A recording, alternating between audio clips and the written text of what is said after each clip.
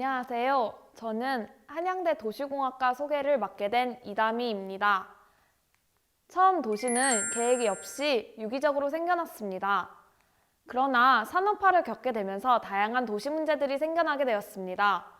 환경오염, 여가 공간 부족, 난개발 등이 있는데요. 그것을 해결하기 위한 사람들의 욕구를 반영하여 쾌적하고 지속 가능한 도시 환경을 만들기 위해 도시공학과가 생겨나게 되었습니다.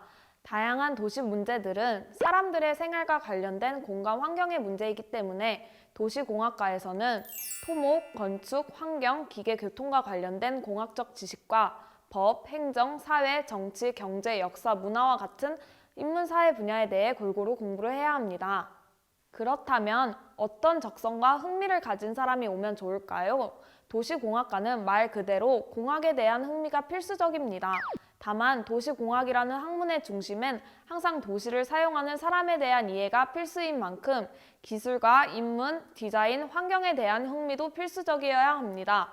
이처럼 공부해야 하는 학문의 범위가 넓다 보니 공대인지 인문대인지 정체성의 혼란을 겪는 경우도 간혹 있기 때문에 자연계열 학생들 중에서 인문사회과학 분야에 관심이 있는 학생이 도전하면 좋을 것이라는 생각이 듭니다.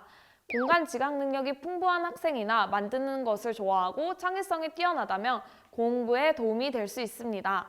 도시를 계획한다는 것은 그곳을 이용하는 시민들의 특성을 파악해야 하므로 의견 청취를 하거나 설명하고 설득해야 하는 일이 많으므로 종합적인 커뮤니케이션 능력을 갖춘 학생에게 적합합니다. 특히 여행을 좋아하는 학생이라면 세계의 많은 도시들을 직접 돌아보고 도시 계획자의 시선으로 좋은 점과 나쁜 점들을 직접 몸으로 체험하는 것도 좋을 것입니다. 다음은 유사 전공과의 차이점에 대해서 발표하겠습니다. 고등학교 때 건축 관련 계열에 관심이 있던 저는 이 네 가지 학과에 대해서 고민하였는데요. 저 같은 경우는 하나하나 찾아보면서 어떤 과가 저랑 맞는지 생각을 해봤던 기억이 남습니다. 그래서 저는 여러분께 쉽게 설명을 하려고 합니다. 건축학과와 건축공학과는 주택, 건물, 시설같이 개인의 자산이나 소규모 필지에 대해서 설계를 합니다. 건축학과 같은 경우는 건물의 외관, 기능성, 창의성, 예술성을 중요시 여겨 디자인 측면이 중요한 편입니다. 반면 건축공학과는 건물의 생산활동 비용과 자원을 고려하여 생산성, 경제적 측면이 중요합니다. 건설환경공학과는 도로, 항만, 항구 같은 사회 기반 시설에 대해 공부를 합니다. 도시공학과는 이 건물들과 사회 기반 시설을 적절하게 배치하여 마을을 만들거나 도시를 구성하는 것에 대한 공부를 하게 됩니다. 그래서 저희는 전공 커리큘럼이 6가지로 구성되어 있는데요. 도시계획, 도시설계, 공간계량 분석, 교통계획, 환경계획 및 정보와 도시 및 부동산 개발이 있습니다. 도시계획은 법과 이론에 관련된 학습으로 관련 과목으로는 도시와 인간, 도시계획론, 토지이용, 단지계획, 도시법규론이란 과목들이 있습니다. 저렇게 도시와 관련된 이론 공부가 주가 됩니다.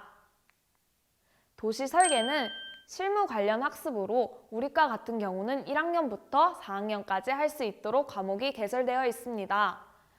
저렇게 판넬을 직접 만들고 매핑하는 일을 하게 됩니다. 공간 계량 분석은 경제와 타당성에 대한 공부를 하는 학습으로 관련 과목으로는 공업 경제와 비용 편익 분석 등이 있습니다. 비용과 편익, 경제성과 재무성에 대한 공부를 하게 됩니다. 교통계획 분석은 교통량을 분석하고 예측하는 공부를 하는 학습으로 교통계획, 교통공학, 대중교통 및 녹색교통이 있습니다. 어떤 조건을 바꿔주었을 때 어떻게 교통량이 변해야 하는지에 대한 공부를 합니다. 환경계획 및 정보화는 프로그램을 이용해 도시 공간을 구성하는 학습으로 관련 과목으로는 컴퓨터 응용 설계, GIS와 도시 공간 분석, 환경오염과 도시관리라는 과목들이 있습니다. 이 전공에서는 프로그램을 이용하는 학습을 하여 컴퓨터로 도시 설계를 공부하는 학습과 환경에 대한 공부를 합니다. 도시 및 부동산 개발은 부동산과 시장에 관련된 학습으로 관련 과목으로는 부동산 개발, 마케팅 분석, 부동산 평가 및 법규라는 과목이 있습니다. 시장과 부동산의 관계와 여러 가지 요인과 부동산에 대한 학습을 하게 됩니다. 다음은 진로입니다. 저희 학과는 정부에서 일하거나 연구기관에서 일하거나 건설사, 부동산 개발에서 일하거나 크게 세 가지 진로를 갖고 있는데요. 정부에서 일하게 되면 건설교통부, 환경부, 시청, 구청 등에서 도시개발 계획과 관련된 일을 하게 됩니다. 공공기업 및 연구기관에서 일하면 공사나 연구기관에서 연구원으로 진출하여 연구를 하게 됩니다. 건설사 및 부동산 개발 회사에서 일하게 되면 부동산의 가치를 감정하고 평가하는 일을 하게 됩니다. 최근 정보통신기술 분야로 진출하고 있는데요. 이는 도시공학과 IT의 결합으로 볼 수 있습니다. LG CNS나 삼성 SDS가 대표적인 회사입니다.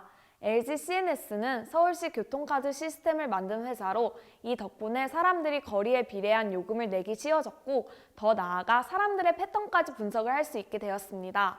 삼성 SDS는 강남역에 있는 미디어폴을 만든 회사로 주변에 어떤 것이 있는지 어떤 길로 가야 빠른지를 알 수 있게 되었습니다. 저희 과의 장점에 대해 말씀드리겠습니다.